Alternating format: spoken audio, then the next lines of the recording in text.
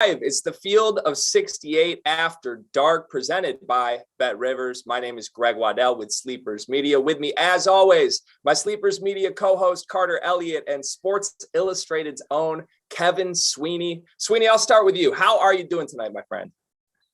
I'm in bright spirits. Always happy to be with you guys, and always happy to be on Field of 68 After Dark. So it couldn't be a better evening. Cart, you feeling good? You look good, my friend. Yeah, I'm going to have to go ahead and double down on what Sweeney said, because one, I'm on After Dark, and two, the boy also got a cut today. I don't know if Dagan's doing me any justice on the producer side, but got the nice little taper, nice little night of college basketball, and then, wrap it up with Greg and Sweeney. Just really doesn't get much better than that. No better way to spend a Friday night. And I know Carter's also got his eye on this Michigan-Illinois game. As we speak at this moment, there's just under 2 minutes left. Illinois got about a 12-point lead. I think it's safe to assume, barring some miraculous comeback, which does not seem to be in the cards, the Fighting Illini are going to walk away with a win tonight. Some bettors over at Bet Rivers may want to watch the next 2 minutes, because I believe that line ended up at Illinois minus 9.5. Even with the news that star big man for Michigan, Hunter Dickinson, was going to miss this game. This was a late scratch. He was available to play as far as traveling to the game goes. He did not come out for layup lines. He was officially ruled out for quote unquote conditioning. You'd have to think that that's a result of potential COVID related symptoms after their last week. No Hunter Dickinson, also worth mentioning, no Brandon Johns. I think a lot of people expected Michigan to come out and really just get ran off the floor in this game by an Illinois program who, one, is at the top of the Big Ten right now, and two, has not lacked for motivation when playing the Michigan Wolverines over the last year and a half. It's now a 15-point game, so it could end up being a little bit more of a blowout on the scoreboard than it was for the majority of the game.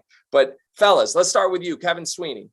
What's your takeaway? Was the story of this game just that Dickinson was out and Michigan couldn't survive?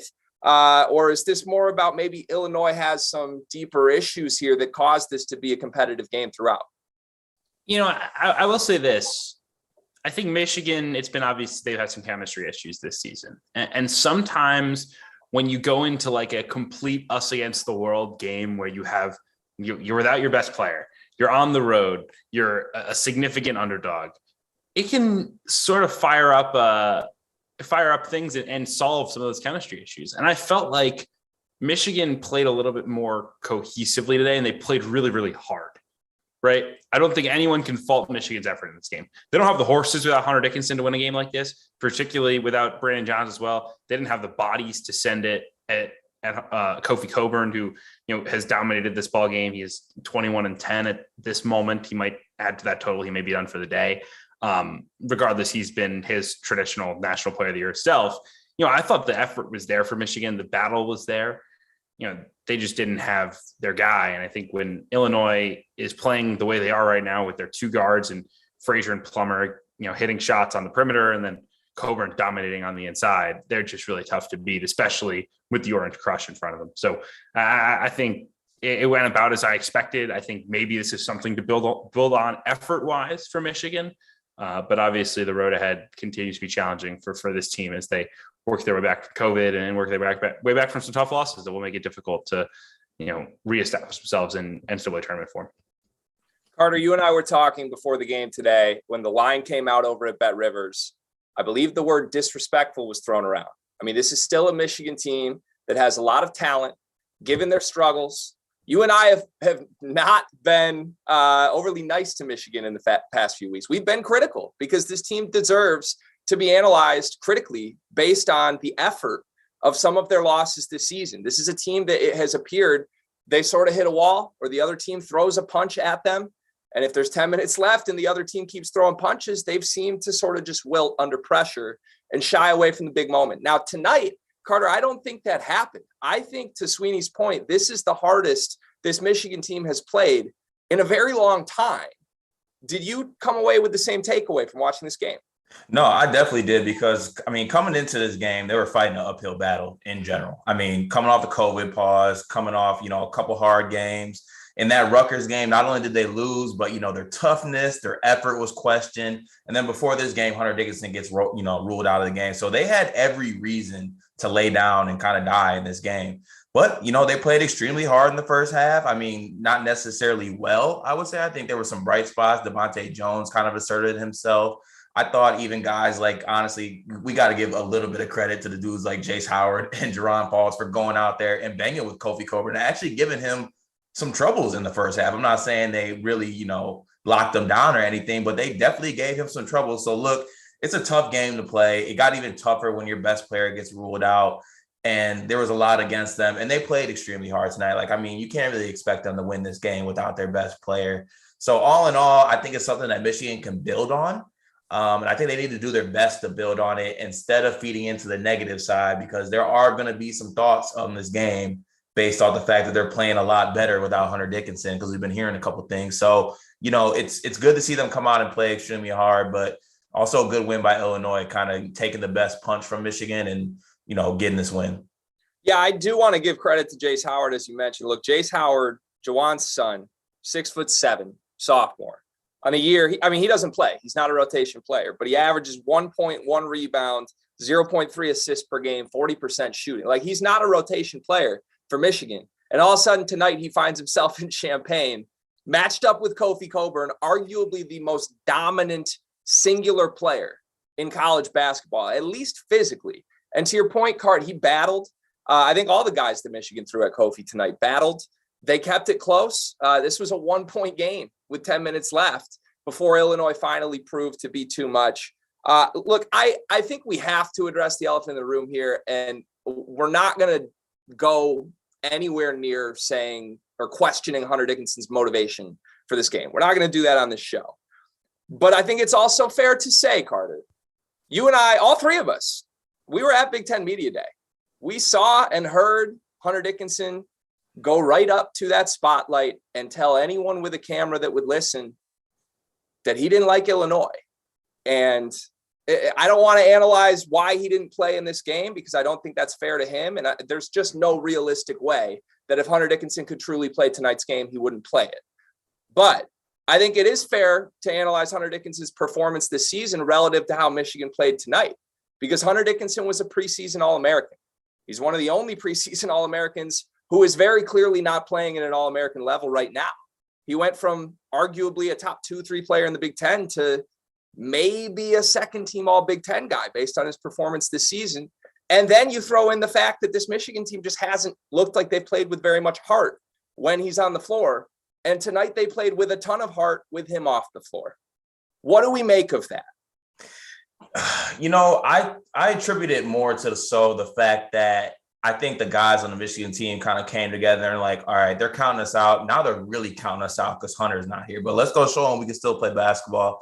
I know that had to be a self-motivating factor in this game. I don't necessarily think it was Hunter's out, let's play with heart all of a sudden. I think it was collectively, you had a group of guys who knew they were fighting an uphill battle. They still, I think they like each other. Who knows? They might not, but I think they like each other. They want to play for their brothers. They want to win this basketball game. They want to come out and play hard. You got guys that normally aren't playing a lot. This is a big chance for them to get some more minutes and come show they can do something. So I think the guys just came together and they said, you know what, let's go out there and show them we can still hoop. We're still good basketball players with or without Hunter. That's no disrespect to him, but we're still players on this Michigan basketball team. We got to go out there and put up a fight, try to win this game. I think the thing you see today is the fact that Michigan does not have the talent to be in games against the best teams in the Big Ten when they don't have Hunter Dickinson, right? And I think, Hunter has not lived up to the standard that he set last season. Part of that is the circumstance, right? The talent is not as good. And the type of player that surrounds Hunter Dickinson this year is not the type of player that surrounded him last year. In terms of last year, obviously it was shooting, it was ball handling, it was skill, it was switchability. This year, it's kind of like oversized power forwards and undersized combo guards. And it's just not it's not the mix. And we've talked about this in, previous days, previous shows. Michigan's issues at this point have been well documented, but I think it's obvious that Michigan can't go where it needs to go without Hunter Dickinson and without, fully engaged Hunter Dickinson. I think what's important is that the effort from today carries over. I think too many times this year, Michigan has looked like a white collar basketball team, right? And that's a reflection, I think, of your best player, and your best player is Hunter Dickinson. And I think today it's a big night to use the term white collar with Michigan, with the history with that term. That's an Illinois Fighting Illini used term on the Michigan Wolverines. Well, I didn't know that, but did you not know this? Here's the story. So I forget the exact year, but this was back at the end of the Beeline days. Davidson just won on a ridiculous pull-up three, basically with 3 seconds left to pull away from. Please tell me it was Foster Loyer. It was not Foster Loyer. Well, that's amazing, because I bought Michigan up to +13 on Bet Rivers, and Caleb Houston smoked the layup at the end. Well, that's tough. The white collar history was the end of the Beeline days, the year that Michigan had the plane off the runway before the Big Ten tournament. Yes. They had a noon tip against Illinois. And leading up to that game, I forget which Illinois player said it, but one of the players used the term white collar to describe the Michigan basketball program. They proceeded to show up in their practice jerseys and beat Illinois before then making a run to the Big Ten tournament title. So. I think regardless of white collar or not, I think Michigan has played like a team that was anointed this year. I think you've seen it all year long. And I thought today, if the world was against them, you just got an edge, and that edge is necessary for the rest of the way, because at this point, like, there's some desperation that needs to be had with this Michigan Wolverine team, right? You're 7-7, you're 1-3 in the league. There's not a ton of room for error to get to the NCAA tournament when you're staring down, oh, we've got to go play on the road at Indiana. Oh, we've got to still go play on the road at Michigan State. Oh, we still got to, go play at Purdue, right? There's a lot of games that are like pencil in losses right now on the rest of the schedule. You're going to have to win some games you're not supposed to. You're going to have to go into some tough environments. You're going to have kind of an us against the world mentality. And I thought today that mentality showed. They just need to reintegrate Hunter and see if they can find a way to win one of these ball games. And to just add to that a little bit, I think that's a big part of this game. I think that because Hunter sat out this game, he should have been kind of on the sideline looking like, look, this team's out there. They left it out there. Like, credit to Michigan. They left it on the line without him out there. He needs to go out there. They need to have that same effort. He needs to go be the All-American he can be. Like, Hunter Dickinson is easily capable of being a 20-10 college basketball player. Like, that should be an attainable goal for him. And that's what this Michigan team needs. I wouldn't even say be good. They want to make the tournament this year. Hunter's going to have to be an All-American 2010 type guy. Match that also with the effort that we saw tonight from this Michigan team, from the other guys. And I think that they'll have a shot to make a run and make the tournament, but it is going to take an all-out effort and a 20-10 type performance from Hunter Dickinson and an all-out effort from the other guys on this team. So, pat themselves on the back for putting up a fight, but also moral victories, they don't really count those. Those aren't quad 1, quad 2, quad nothing. Moral victories don't do anything. Got to win the basketball game. So moral victories is for minor league coaches. Michigan 7-7 on the season. Probably would be 7-9 had they played Michigan State and Purdue last week. By the way, Michael Jones was the player who hit the game winner for Davidson. Again, shout out Michael Jones. Davidson, we see you. Electric finish to that game. Let's talk about Illinois, though. Andre Curbelo's been out. They really struggled with Andre Curbelo early in the season. He's been out. They've went on a pretty crazy run. They sit alone in first place in the Big Ten right now. Well, not alone, with Michigan State. But they've got a big one coming up. They're going to play Purdue Monday of next week. A Purdue team who they are 2 games ahead of in the conference standings right now. Sweeney, if I told you that Illinois is my runaway favorite to win the Big Ten, am I crazy for that? I think runaway would feel a little crazy. I don't think there's anyone who's going to run away with this league, but I wouldn't be surprised if they win it. And I don't think I'd argue with someone who said they're the favorite right now. Look, Kofi is so dominant. And we remarked on this before we got on the air. Kofi is just like so ginormous. He made Moussa Diabate, when you watch him play against literally anyone else, looks huge. You're like, holy, how is this guy a freshman? He looked like a toddler next to Kofi Comer. Like, his arms were like half the width of Kofi's arms. Kofi dominated on the inside. He got, Michigan kept sending different bodies. It didn't matter. He's a centerpiece to a national title caliber team. There's no question. And when Plummer and Frazier play with the confidence that they've played with, really, I think a huge turning point for this team, confidence-wise, was the Arizona game. And it sounds weird to say because they were starting to figure it out before Plummer was starting to hit shots. But I think there was a big confidence boost for these guys of our guards can go win us a basketball game or give us a shot to win a basketball game. Because Kofi had maybe the worst game of his Illinois career, or certainly the last 2 years. I mean, he has been so good. He was awful in this game in many ways. And I just felt like Frazier and Plummer gave that team so much confidence because of the way they were able to hit shots.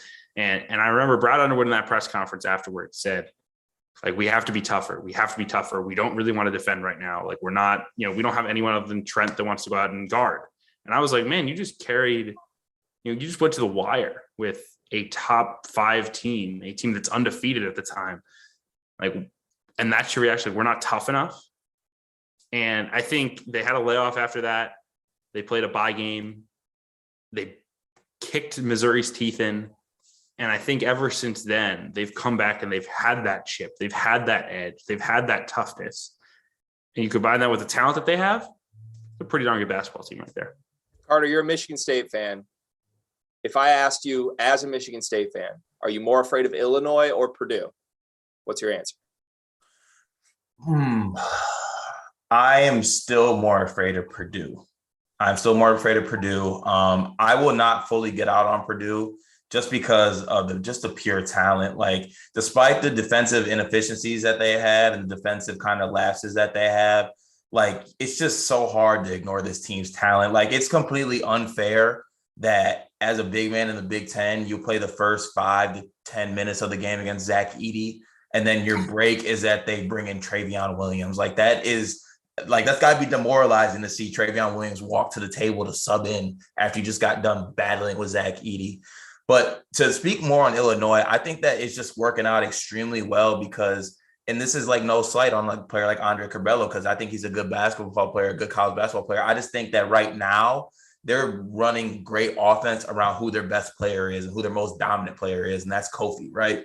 They basically have a dominant force on the inside, and then you surround him with guys that are shooting either 40% or above 40% from 3 or damn near close to 40% from 3. So if you send a double, all Kofi has to do is kick out to 40% three-point shooters or 40% three-point shooters. If they don't send a double, Kofi's scoring. Like, it's great offense. And then Trent Frazier, I know he gets a lot of credit from a lot of guys across college basketball, but I mean, what he's done this year on both sides of the ball has just been great to see. I mean, that's the great part of college basketball when guys come back, and it's just like he's in that mode. He's like, this is the last year. I'm locking up on defense. I'm hitting shots. And he's been running the pick and roll beautifully as well. I mean, like, a pick and roll with him and Kofi is very hard to stop because if you don't get over that screen, Frazier's knocking it down. If you get over, you hit Kofi on the roll. I mean, there's just so many options. The offense is working extremely well. And, I mean, they're playing really good basketball right now. Credit to them bouncing back from the tough games they had at the start of the year.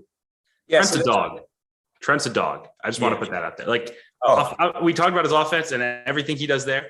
We didn't mention, like, he locks dudes down every single game.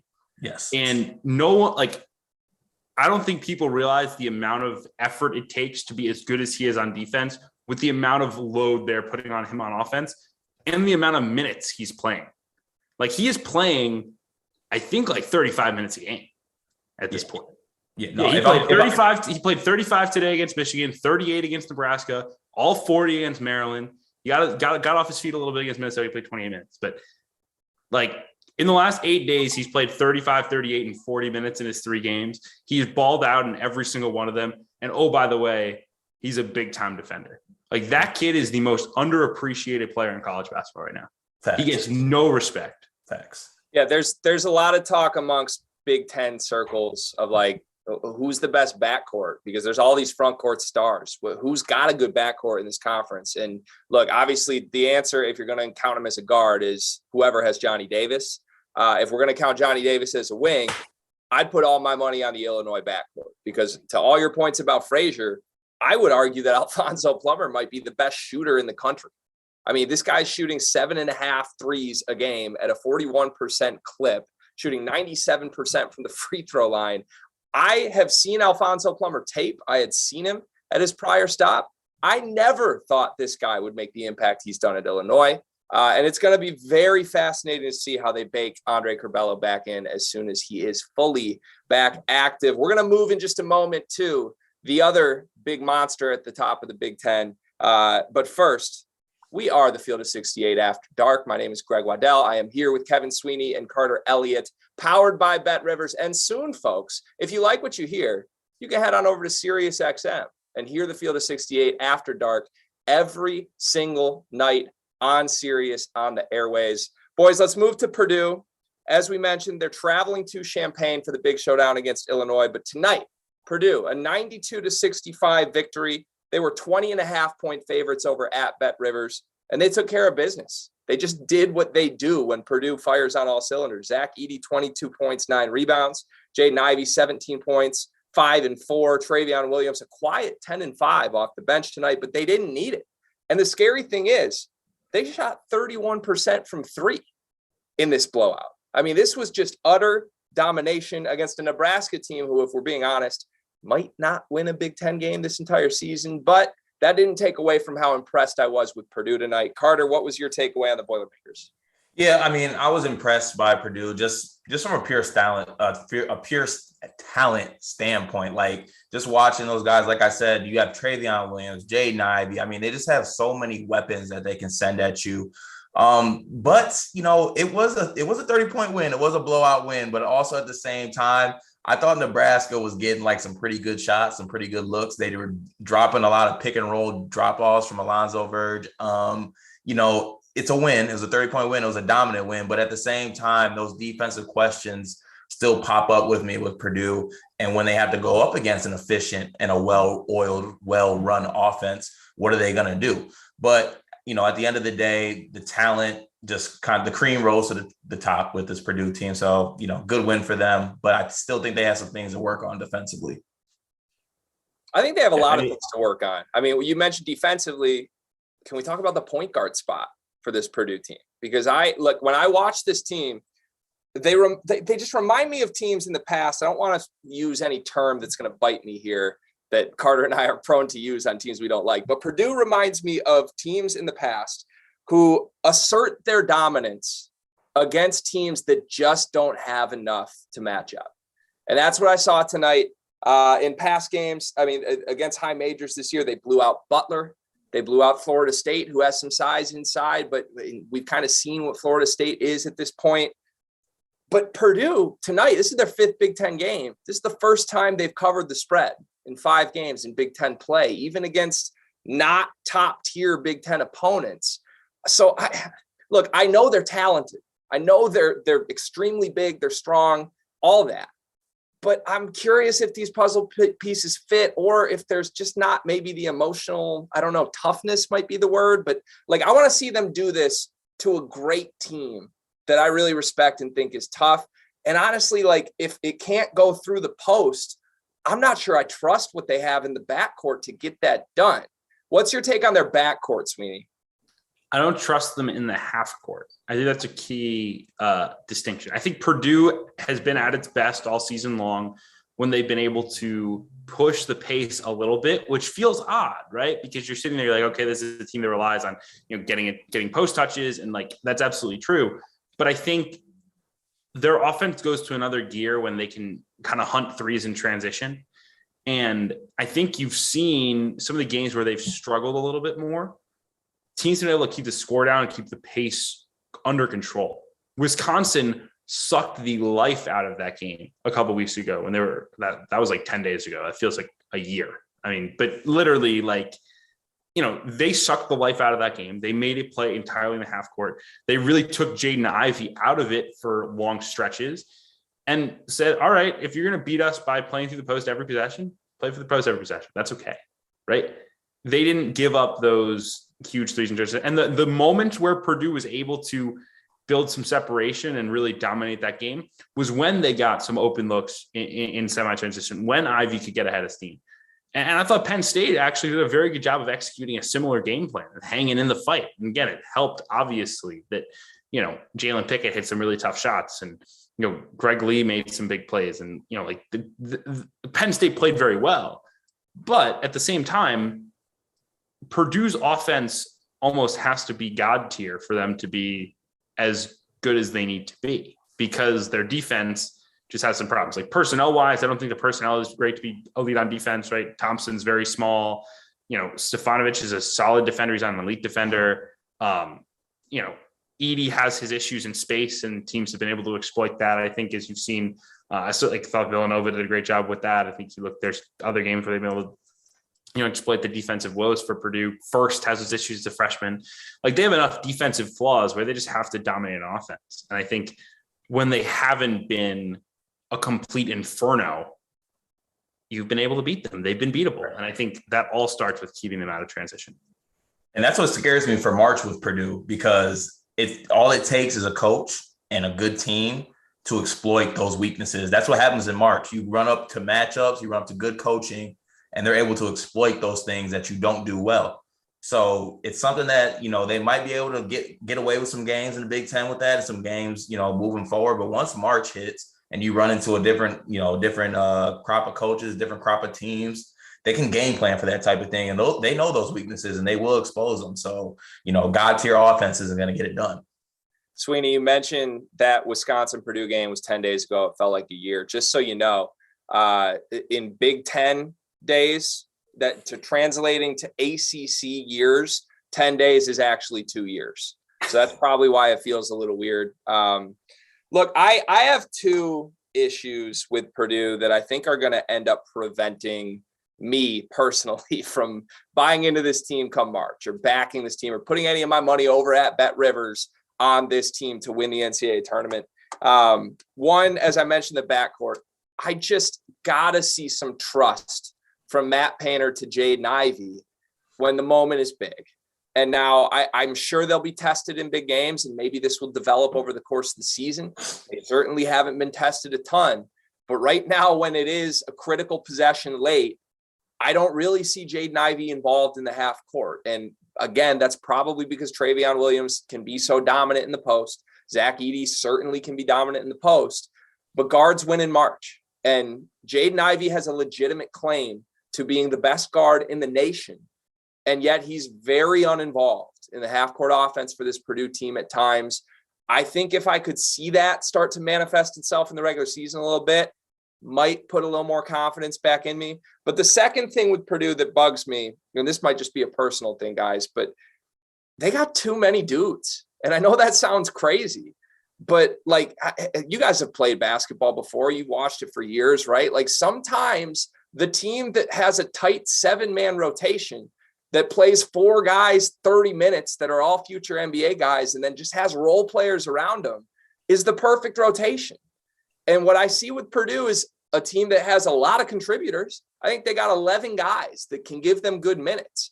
But I also can see from the outside looking in, what if they get in a tight game in the round of 32 against a chippy opponent that's making some threes, and then all of a sudden at the end of the game, Ethan Morton and Caleb First are on the floor, and Mason Gillis is looking like, when am I getting in the game? Like, there's just a ton of dudes, and you still can't play Edey and Travion together. I guess it's never bad to have dudes, but I kind of wish they would settle on a clear best 5 before we get to the tournament. It's a great problem to have, though, I think. And I think with a coach like Matt Painter, and I think this team plays well enough together that they can figure it out. Like, look, you rather have this issue than be a Missouri or a Pitt. Okay, like, this is way better than being in that position. So, a coach like Matt to the Pitt, man, that was so unnecessary, so uncalled for. I mean, they earned it. It is what it is. I can say that about half the ACC probably, but yeah, they'll figure it out. I think I would bet money that they would figure it out more so than not figure it out. Got time, but March is coming up quick, almost end of January, so it's time to ramp it up and figure those issues out and tighten up. It's literally January 14th. Card. Yeah. It's not even halfway through January, my friend. And on Kevin Sweeney's timeline, we're 8 years away from March. So we're good. Hey, we're going to move in just a minute to talk about some mid-majors, and specifically a mid-major who's on the opposite end of the spectrum with Purdue, where they have a very tight rotation, which I love. I just mentioned it. Again, I'm Greg Waddell with Sleepers Media. With me, my counterpart, Carter Elliott. Kevin Sweeney from Sports Illustrated. We are on the field of 68 after dark, powered by Bet Rivers. All right, let's get to our favorite mid-majors, two of them that I think are legitimate Sweet 16 run possibilities this season. And maybe I'm even underselling those. Let's start with St. Bonaventure, who picks up a 20-point win against VCU tonight. St. Bonaventure, I think, widely accepted preseason as the best mid-major in the country. They bring everybody back. They've really settled in on a tight rotation. They've got a ton of seniors. Anybody can beat you on this team, but they've had some ups and downs. And it was good to see the Bonnies tonight get back to, I think, what they're capable of ceiling-wise in the A-10, which is really blowing anybody out any given night.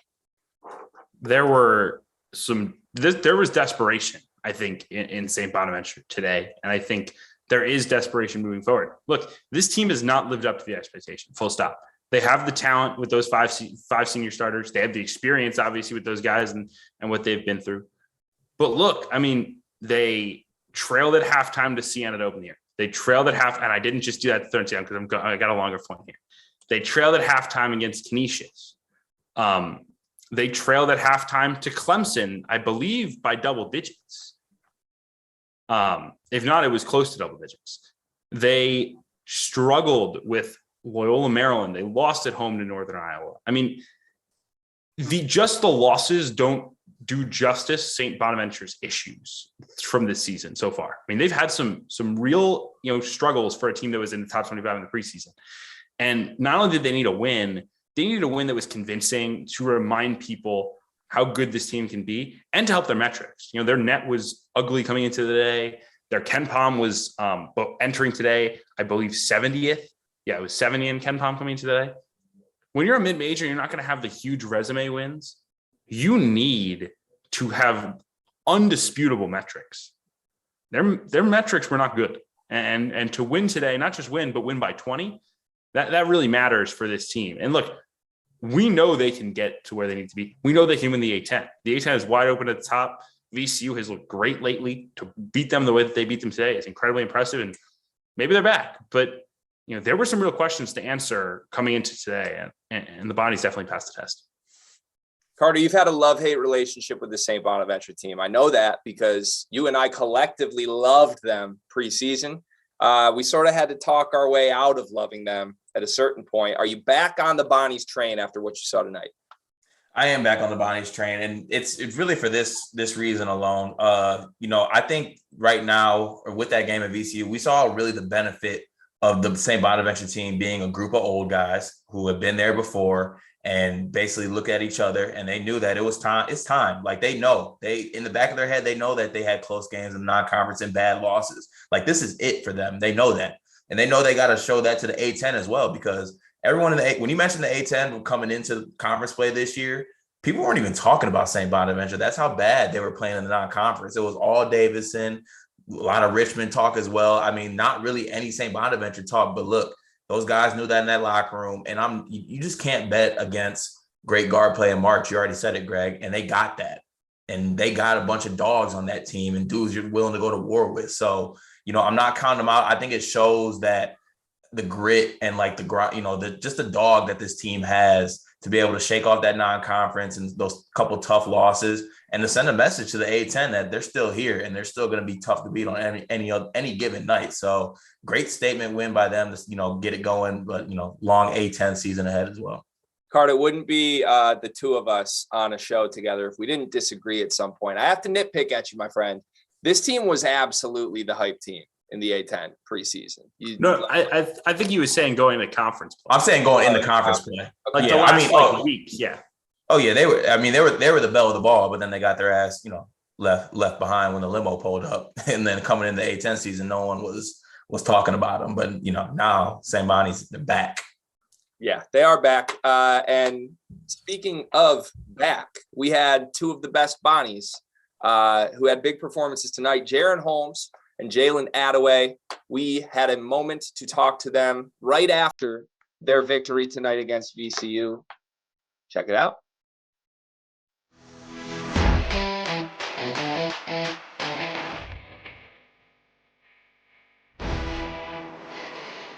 All right, we are here with a couple fellas from St. Bonaventure. The Bonnies off a massive win against VCU tonight. This is the first duo that we've had on the Field of 68 After Dark, as far as I know, for interviews. Jaron Holmes, Jalen Attaway, fellas, thank you so much for being here tonight. I want to start just by asking you, Jaron, I'll throw it your way. I'm a Michigan resident myself. I see you got the Detroit Muscle shirt on. Sure, yes, sir. Oh. Yes, sir. This team that you have with the Bonnies this year, so balanced, so experienced, 5 guys that score in double figures. It feels like any given night, any player can be the guy for you guys. What's it like to be on a team that has that type of threat? Honestly, blessing. I mean, you don't have to do too much. Makes, it opens up your game as well, because other teams are trying to focus on a specific player out of the 5 or anybody on our team. And that just allows you to get into different type of gaps.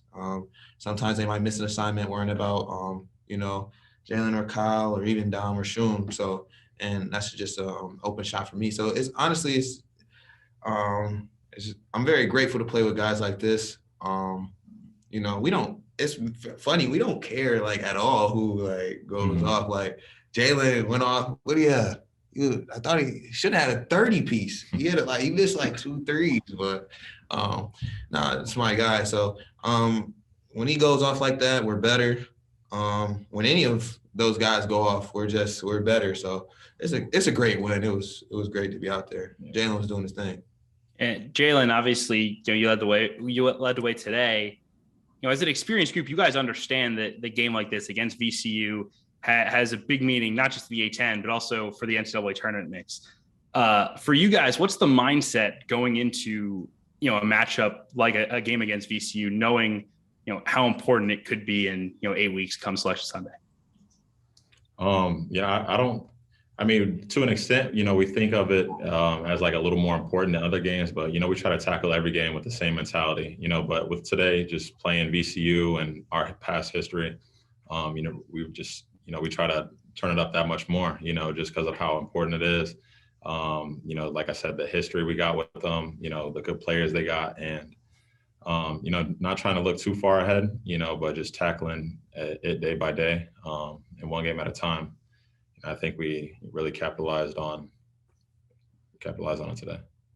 Jalen, I got a follow-up for you. So you guys, I think rightfully so, had a lot of hype preseason as sort of the mid-major to watch, bringing everybody back. You guys were really battle-tested. You played a bunch of good teams in the non-conference, Clemson, Marquette, UConn, Virginia Tech. Like, how do those battles that you've already gotten through prepare you for conference play in the A10? I mean, they prepare us a lot, because seeing, how elite some of those teams are, the athletes they got, the coaching and stuff like that. I think, it really helps. It gives us an idea on, how to, tackle, really good teams, and, just going into conference play, I think it just gives us, a little bit of a head start. And yeah. Jaron, I know that St. Bonaventure's fans are known as some of the craziest in the country. What was the atmosphere in there like tonight? Crazy. We didn't even have our student section. Yeah, man. ESPN saw that. It looked a little bare behind the 2 rims, but we didn't even have our student section. And it was pretty loud. Yeah.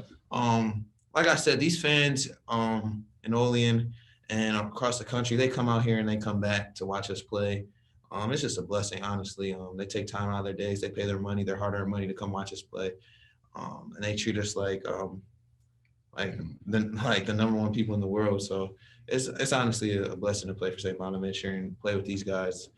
I'm just thankful. I'm just a kid from Michigan trying to, my guy knows how Michigan is, man. It's a lot colder over here, though. I'm not gonna lie.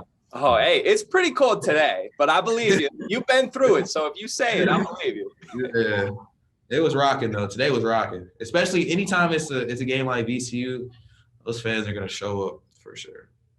All right, so we'll leave you guys with a fun one. As I mentioned at the top, I believe you're the first duo that we've brought on the Field of 68 After Dark. So I want to play a quick little rapid fire game here. I'm gonna pose a question where the answer will be one of the 2 of you. And I'd like both of you to answer that by pointing to the person that you think the question applies to. So, for example, if I said, who has the better hoodie on, and it was me or Kevin Sweeney, I would point at Kevin Sweeney and he would point at himself. So we'll fly through 3 of these real quick. Let's start. Who's the better dancer? Me for sure. Is you? All right. Yeah, for sure. I'm gonna point my hand up here. I'm pointing up here. What's the go-to move? I do it all, man. You know, I might a little Dougie. I don't know, man. I might get a little blade dance from the city. You know that 3. So, you know, I like dancing. One of those favorite things when I was younger was always to dance with my mom. My mom always taught me like a way to a woman's heart is through her feet. So that's how I always learned how to do it. You really represent the state of Michigan right now. I love it. All right, last one. 5 seconds on the clock. Tie game. Who should have the ball in their hands? We gonna point 0. We gonna point to 0. We gonna give it to Kyle, but we all know Jalen already hit a game winner. So I mean, I made the pass. So yeah. I mean, I guess it could be in anybody's hands, really. You know, at the end of the day, like I said, I know where Jalen's gonna be. I know where Kyle's gonna be. Jalen knows where I'm gonna be. We just have that chemistry. At the end of the day, game winner shot. Any of us can take it. So. Hey, and that's a perfect example of why St. Bonaventure's a team you must watch. Thank you, Jaron, Jalen. We're rooting for you guys the rest of the year and really appreciate you guys making time. Thank you so much for having us. Thank you so much.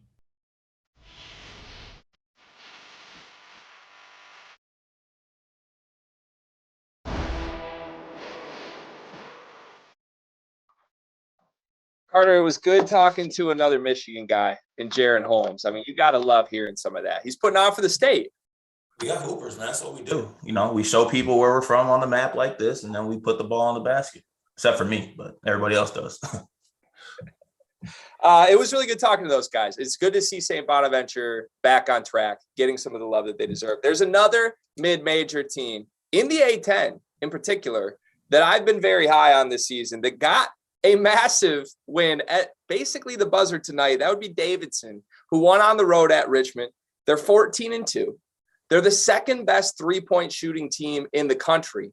And Foster Lawyer's their point guard. Carter, I know you've paid a little attention to what Davidson's been doing this year.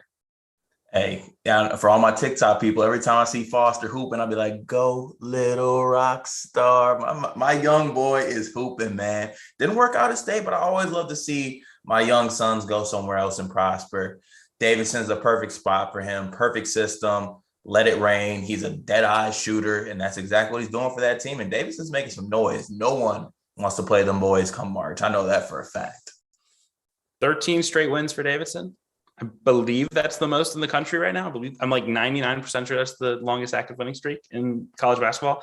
Look, with Lawyer, I mean, this is a good team without him. You know, they have Menenga and Brad Shivik up front, and you know, Hyunjun Lee, who can really shoot it. But I think, you know, when Lawyer committed, it was just like such an obviously awesome fit at the time. And it's something that comes out of nowhere because Davidson doesn't recruit transfers really. It's just not really what they do. They're a developmental program. And you heard that and you're like, man, like if there was ever a system for Foster Lawyer, who is this great shooter, but not necessarily, you know, an elite ball handler because he couldn't create space in the Big Ten. He struggled with his athleticism. It's to go down to a place that has done it with those kids over and over again at a lower level. So he's not going to be overwhelmed athletically. And it has just been a match made in heaven with Bob McKillop. It was exactly what Davidson needed. It has been exactly what Foster Lawyer needed. And you hear a lot of kind of transfer portal hate all the time. Like this was a perfect example of where the transfer portal won for a kid, and it's going to make Foster Lawyer money one day playing basketball. He's having a great college experience. I'm sure in the Atlantic 10, he's going to win the league or be close to it, be in the NCAA tournament mix. I mean, it's everything you can ask for. I don't know if you guys could hear that at home, but Carter Elliott said nice things about Foster Lawyer, and then sirens started coming out. So I feel like, you know, are you allowed to do that as the Michigan State podcast of Unscripted? First of all, that was Sweeney's background. I was just about to ask him to blink twice if they're coming to get him, but I think he's fine. We good. All right. We're all good. All right. So I want to pose a mid-major question for you guys here before we move on. We talked St. Bonaventure. We talked Davidson. Loyola Chicago, the team that all three of us are mostly invested in. You've also got some, like San Francisco has been fantastic this year. If you had to close your eyes and bet on one team to make a Final Four run that is not a major conference team, gun to your head, who are you taking? Kevin Sweeney, let's go to you first. I'm taking Loyola Chicago because the guys there have done it before. Lucas Williamson and Hiro Uwak were on the team that went to the Final Four. Lucas was a key contributor on that team. The other guys have all, played the Sweet 16. They've won at a high level. And I just think there's an experience factor there that will be so valuable. They will not be wowed by the lights. They're theoretically going to get a decent or a more decent draw because they're going to get a better seed in the NCAA tournament than most mid-majors traditionally do because of the resume that they've built. And there's just like an expectation inside that place of success and not just making the NCAA tournament, but making noise when you get there. I think it has to be the Ramblers because of that experience. And again, people will say, oh, it's a first-year head coach. Well, Drew Valentine showed up at Loyola, and the first year he was there, they made a Final Four, and the fourth year he was there, made a Sweet 16. I mean, Drew has been so essential to that winning culture that has been built there, and I have no doubt that this group has the potential to make a run. And look, it's all matchups, but I think they have pieces without that. Yeah, and while we're mentioning Drew Valentine and Loyola, they've been in some close games lately, some games that I'm sure even Drew Valentine would tell you he wishes were not that close. But I want people at home to pay some attention to what happens when there's a set run by Loyola Chicago out of a timeout late in the game. Because for my money, this guy is getting open looks for his team more than any other coach in the country right now. It's been impressive to watch, and it's why they've survived in these games where they have really been on the ropes and had to come back down the stretch and make key plays. Carter, what's your answer to that question? Yeah, you want to know why else they survived? And I'm here to lead the charge right now because the charge needs to be led of the Braden Norris fan club. Wow. That young man cannot be shook. I swear to God, you throw him in a cage with a bear, help the goddamn bear. The dude cannot be shook at all. He just runs everything perfectly. He never looks rushed, never looks sped up. He's a knockdown shooter. He is taking the role right now of initiating the offense more with the loss of Cameron Krutwig. I absolutely love watching him play basketball. And also to go the fact that, and to double down on what Sweeney said as well, they not only have they been there, but also I still feel like they're not being talked about enough or even coming into this year. Teams like St. Bonnie's and Davidson, I feel like there was a lot of hype coming into the year that they would be that mid-major to make that run in the tournament. And I don't think there was enough Loyola talk because of the transitions as Drew Valentine's the first-year head coach and other factors like losing Cameron Krutwig. But look, this team is still extremely good. Lucas Williamson has been there. This team's ready for the moment. Do not count out Loyola. And they got the best shoes out of any staff. I love Bob McKillop, but he is not touching Drew Valentine's shoe game. The one thing I'll add with Braden, so I was at Loyola Tuesday when they beat Valpo in double overtime, and Braden just exploded in the overtime sessions. That kid has played so much basketball in the last week going into that, and he rolled up to the press conference and looked like he could have just been ready to go to a frat party or ready to go sit in the student union and do some business homework. The kid is just so cool, calm, and collected. And sharp. Those are two wildly different things, Sweeney. Oh, but no, he could have done either. He just looked like he was fresh off a long day's work. Sit in the student union and do business homework. How about this for a thing on Braden? This kid made 4 threes in overtime, and everyone else's shots all day had been short. And I asked him, I said, were you guys fatigued? All your shots were short. And he was like, no, we weren't fatigued at all. And then Drew Valentine walks in and is the whole team was horribly tired today. And that's on me for the schedule. I was like, this kid's just a dog, man. He doesn't he's going to compete. He was not going to admit that he was tired. Let's put it that way. Listen, as much as I would love to pose the question, what would happen if you put Braden Norris and Foster Loyer in the same room and lock them in a room together for 24 hours? I have more exciting news, folks. We have fresh off a great victory, a massive Big Ten victory for Illinois. We have Trent Frazier coming live on After Dark, powered by Bet Rivers. That's coming up next.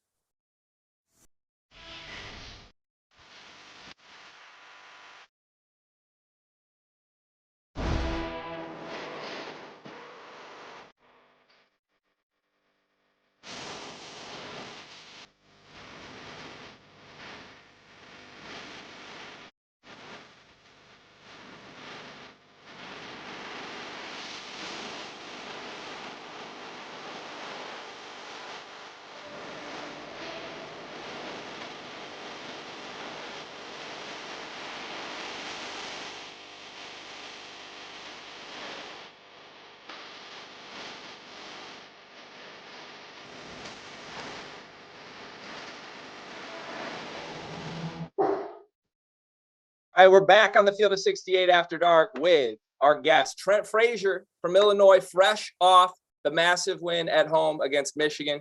Trent, I got to start just by asking, it looked like it was rocking in the building tonight. What was the atmosphere like in the arena? It was amazing, having Illini fans, having, Orange Crush back in State Farm again after break. It was amazing. That they brought a lot of energy, obviously high level game between two, elite programs. It was fun to be a part of it. And, this is why I came to this university, to play in high level games like this. So, like I said, just having, Illini fans back in here tonight was awesome. They brought it tonight, and, kudos to them. Do you guys feel, go ahead. Sorry. I was just going to say, do you guys feel a little slept on right now? I mean, you guys are undefeated in the league. After that, slow start, you guys have been as good as any team in the country. Do you guys feel like the country is sleeping on the Fighting Illini? Not at all. I don't think that. We don't really try to get into the rankings, really. We're just taking it day by day, continue to get better. And, taking every game, Big Ten game as it was for a tournament. We go into every game as like it's a Sweet 16 game, and we need to, get this W. So we don't really care what the rankings are, really. We just come in every night ready to play and, try to, get the W.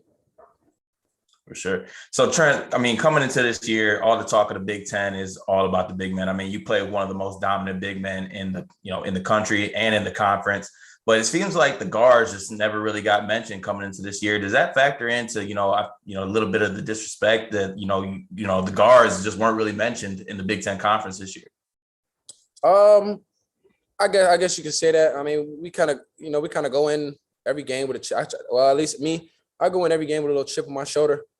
Being a fifth year, I have experience. So, we kind of know how to, finish games, close out games. So, like I said, I don't really try to get into all the rankings and, awards. But, I just come out every night and do what I do best and kind of do whatever it takes to help my team, win.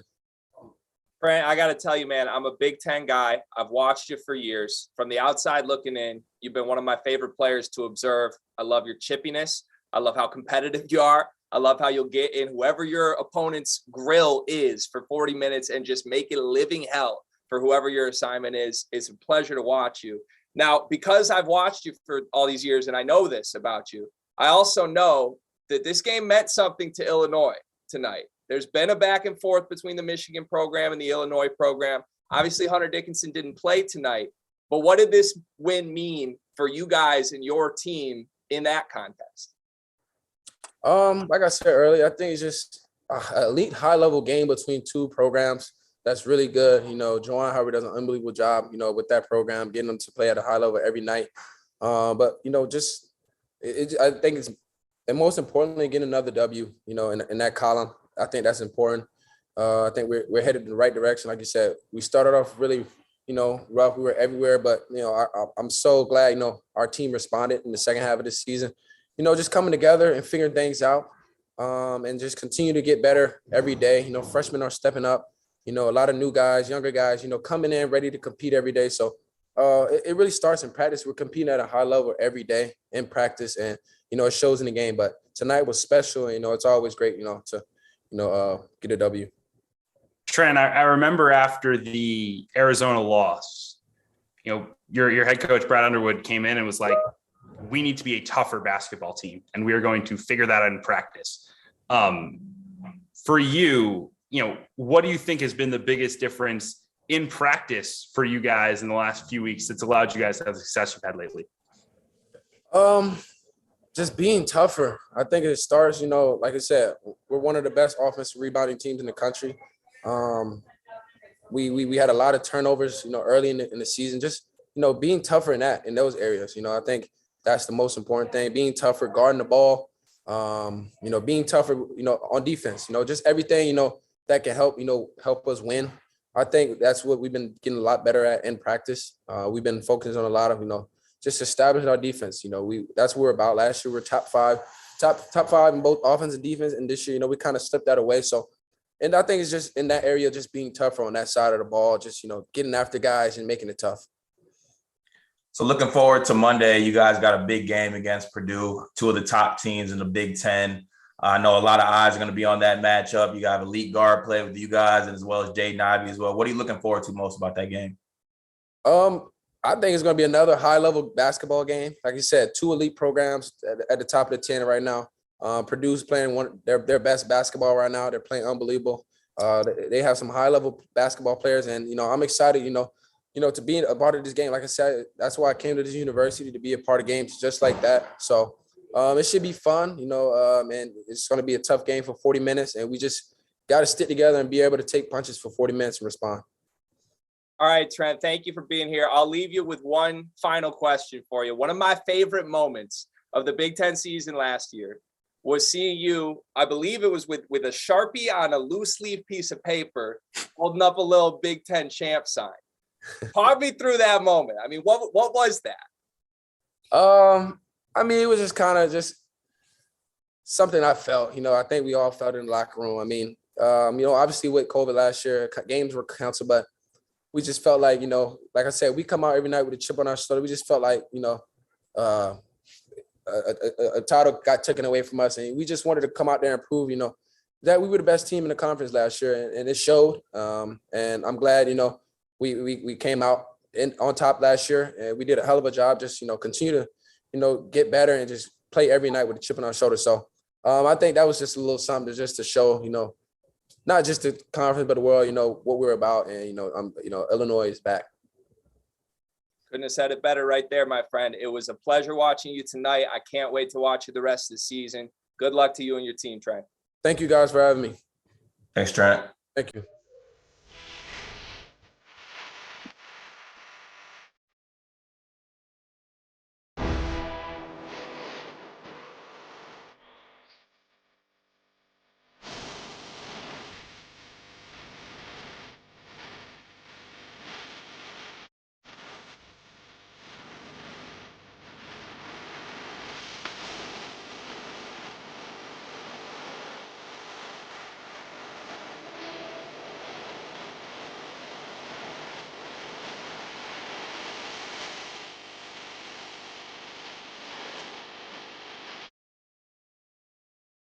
All right, that was Illinois' Trent Frazier, fresh off a big victory against Hunter Dickinson-less Michigan tonight. This is the Field of 68 After Dark. Again, my name is Greg Waddell, here with Sleepers Media's Carter Elliott, Sports Illustrated's Kevin Sweeney. We got about 2 minutes left, fellas. Let's wrap with toast of the night. I've got a mango lemonade truly right here. I see you two have both been sipping on some cups. Give me one person, player, coach, anything you want to toast to as we wrap the show tonight. Sweeney, let's go to you first. Well, I got to show love to the hometown. The Siena women's basketball team. My twin brother is the head manager. They started 0-10 on the season, and they've won their last two. It's been a rousing performance. So love you, bro. Happy you guys are getting off the schneid and finding some wins and finding some happiness. So cheers to you guys. I think it's time for the cartel, and I got me a nice cup of White Claw and a little bit of nightmare fuel. Word to my guy, Coach T.O. And my cheers goes to non only Joey Hauser, Michigan State University, go green, go white, the top team in the Big Ten currently with a game winner after all the noise I was talked about him. Cheers to you, you mentally strong, beautiful human being. Hell of a game winner. All right, I got a sentimental one here. I'm going to cheers to a certain member of this very show tonight, a certain member who is not Carter Elliott or Kevin Sweeney or Greg Waddell. I'm talking Mr. Dagan Hughes who is behind the scenes producing this show. I saw it up close and personal this weekend for the Field of 12. We had an awesome national championship live show where he was working what seemed like 27-hour days. The man is the best in the business. Dagan, cheers to you. And also, importantly, Dagan is the only member that I know of at the Field of 68 who didn't text Carter and I, don't mess this up tonight. So, Dagan, we appreciate that, my friend. And signing off for the Field of 68, which you can hear on Sirius XM Radio as soon as next Monday. I'm with Carter Elliott. I'm with Kevin Sweeney. My name is Greg Waddell. Field of 68 After Dark. Thanks for watching.